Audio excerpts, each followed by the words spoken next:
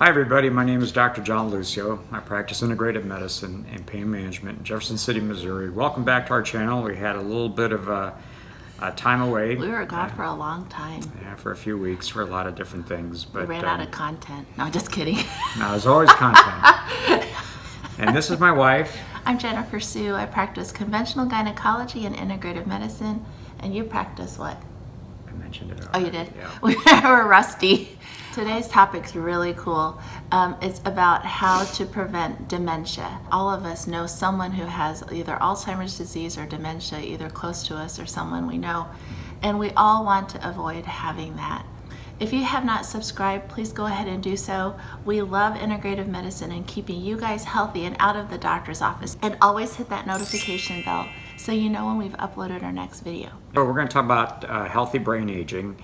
And we're going to be mentioning some things, not just prevention, but even what to do if you have someone who does have dementia, which might help improve their quality of life. So we get this question a lot, and I wish there was a panacea for someone who has dementia, but as it stands now, we still don't have a really effective remedy for it.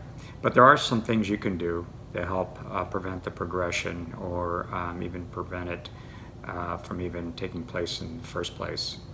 Now, in the past, all these interventions for brain health have always been focused on the vascular causes of our mental decline. That is, that we've always looked a lot at the circulation of the brain, which is obviously important, but now there's more and more research looking at non-pharmacologic methods to improve brain aging. So things to consider: there are 9 potential risk factors for brain aging, and they include lack of education, which is not to say if you don't have high education you're going to get dementia, but there's an association between the folks that have lower education and the onset of dementia.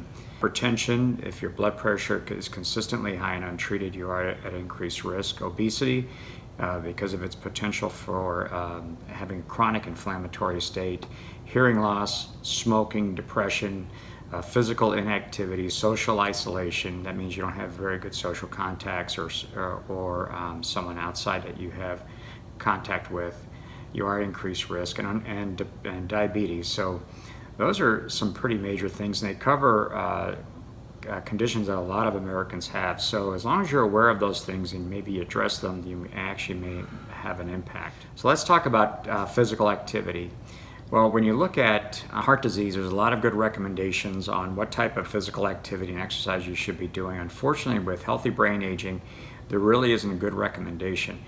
They do know that in humans that the more activity you do increases the gray matter in the frontal part of your brain, and that increases the ability to think better and have better concentration, both adults and humans. Now, there's a growing evidence that the more activity you do, the lower incidence of dementia. However, if you have someone that already has dementia, there is no good study that says putting them in a physical activity is going to necessarily reverse it, although it may make them keep structurally sound and in shape. So there's really nothing you can do at that point, but you can do it before you actually get the disease itself. And a couple of years ago, a couple of you probably attended the Como Wellness. My doctor, Dr. Chris Link, which you should check out his channel if you haven't, but it's called Integrative Medicine Clinic, talked about prevention of Alzheimer's disease. And in it, he said it has to be vigorous exercise. There's a generation of grandparents now that are taking care of their grandkids. These grandparents have less chance for dementia when you take care of young children. The next thing is nutrition. So in our past posts, we did talk about the different types of diets, and the ones that seem to show the best benefit with dementia or maintaining good cognitive ability are the Mediterranean diet, the DASH diet, and we talked about the MIND diet, which combines the Mediterranean and the DASH diet. Please refer back to those posts, but the research behind it is very interesting. The next thing has to do with mental exercise and creative arts. You probably have heard people say the more mind games you play, puzzles and things that you do can help. Although the studies are small, they do indicate that brain power can be preserved with this intellectual engagement of your mind. So you're learning a new language, crossword puzzles, knitting, even those kind of things can help. Our preference is exercise and dancing, of course, and that we know that the folks that do dance with us at the Capitol Ritz do have a very sharp mentally. You basically want to try to learn one new thing a week. That's pretty easy. That means you can find a new way to drive to school. You can find a new way to drive to church. You can find a new way to drive to work. Just learn one new thing per week, and that does help prevent dementia.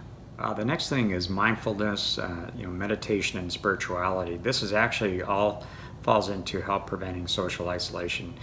Mindfulness and meditation has so many benefits, and it has been shown to improve neuroplasticity. That means the ability of the brain to create new neural networks and new connections to help maintain your cognitive ability. In patients that have Alzheimer's that are involved in religious practices, slow the progression of cognitive decline, which is very interesting. And then also social ties with religious groups also help feeling of connectedness and security. And they've shown that people who pray has a decreased overall cardiovascular mortality and lower depression. So those are the really interesting things to consider. And it doesn't have to, if you're not religious, there's other social groups you can belong to as well. The next topic is cardiometabolic and vascular health. That means maintaining good control of your diabetes and maintaining good control of your blood pressure. People with high blood pressure are at increased risk of cognitive decline or onset of Alzheimer's and dementia.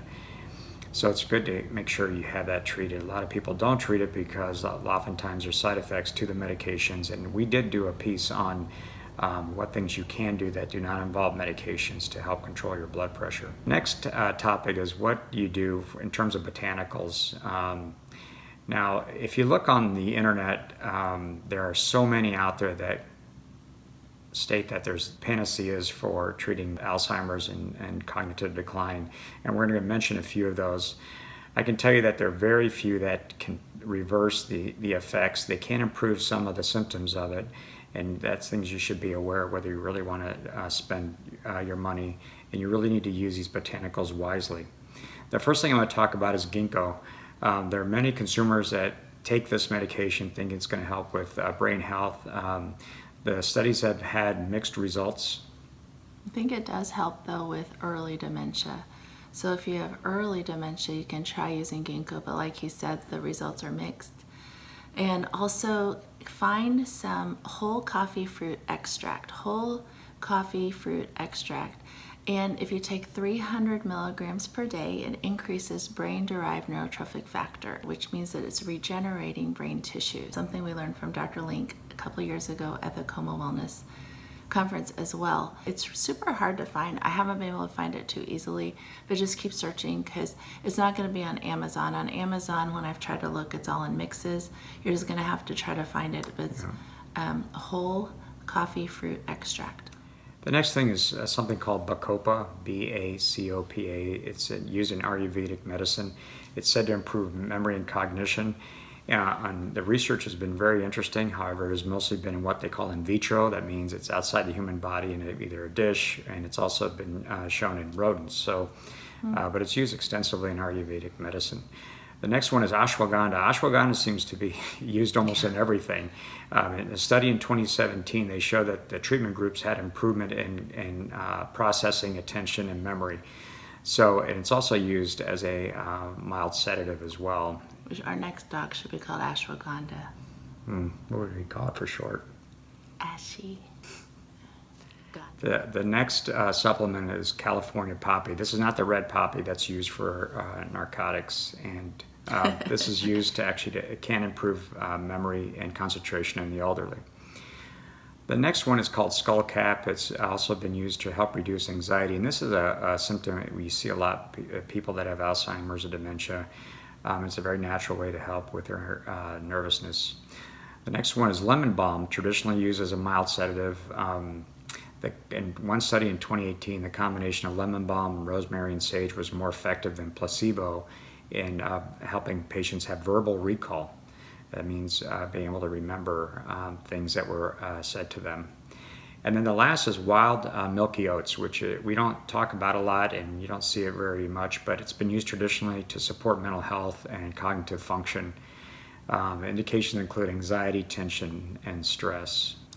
Another topic that we talk about for prevention of dementia in our population of patients as an integrative gynecologist is hormone replacement therapy. Hormone replacement therapy has always been controversial since 2001. We talk about this in one of our other videos, but since 2001, there's lots of studies that show that hormone replacement therapy is beneficial in prevention of dementia and Alzheimer's disease. And in fact, the evil hormone replacement Prempro, there's an ingredient in Premarin that actually helps to decrease dementia more than the bioidentical hormone treatments. But this video is not about hormone replacement. Please refer to our other video about that. So that's something you might want to talk to your doctor about in terms of the risks and benefits. There are some medications that you need to avoid the development of dementia. And two very common ones are antihistamines. Like I have taken them before and I still continue to do so, but I just do it less. But they're Zyrtec and Claritin, and also for heartburn. And so for heartburn, a lot of us get over-the-counter Prilosec and pantoprazole. We want to avoid those as much as possible, and we have videos on both of those as well, so please check it out. The one about heartburn is labeled DGL licorice and how to help with that, so that you can taper yourself slowly off of your Pepcid or Prilosec or their over-the-counter proton pump inhibitors. For the allergies, we also discussed that as well, and I use a lot stinging nettles, freeze-dried stinging nettles, and you want to take that. That's to help with the allergy, right? That way you don't have to take Claritin or Zyrtec, which can develop dementia. So it's super important. And on really bad days, I still take my Claritin. So we're just offering some alternatives, so you're not taking it every single day your whole life. Yeah. The next group of things to discuss is common supplements. Now this is very interesting as well. You're going to find a lot of advertisements of things that'll help reverse or help improve cognitive decline. One of them is vitamin D. That's always a hot topic. Unfortunately, there's no large randomized studies that show it enhances cognitive function. Now, however, if you can improve overall body health, then it's probably it is advantageous. Make sure you have an adequate level. We still recommend it to our patients to check your vitamin D level. Make sure you check out that video. We've done a lot of videos. Mm-hmm. You guys have been with us for more than a year now. It's been a year and a half. Mm-hmm. Yeah. And anyway, the video is called Check Vitamin D, Please. But the number you're looking for is when you call your doctor's office and you say, how is my vitamin D level? You don't want them just to reply, it was fine. Really find out what the number is and optimize it to above 50. So you want a level above 50, 50. Yep. It helps decrease dementia, Alzheimer's disease, and death from all cause. Yeah. And even in my pain practice, I've had patients that have fibromyalgia and other types of non-specific chronic pain syndromes that just don't get better. And once I normalize their vitamin D levels, they should show improvement. The next one is omega-3 fatty acids. Some of the studies haven't been really conclusive, but you have to remember omega-3 fatty acids are a component in the cells of the brain tissue.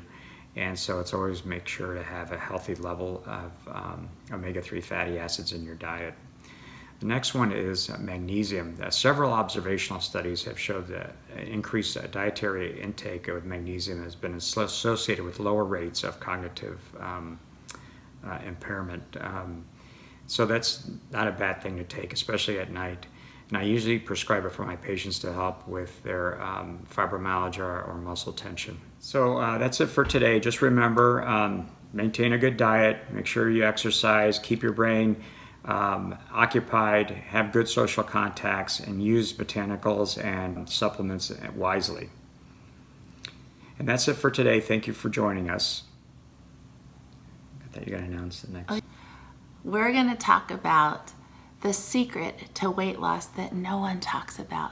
And that's just what we do for our patients. You want to tune in next time for sure. So long, everybody.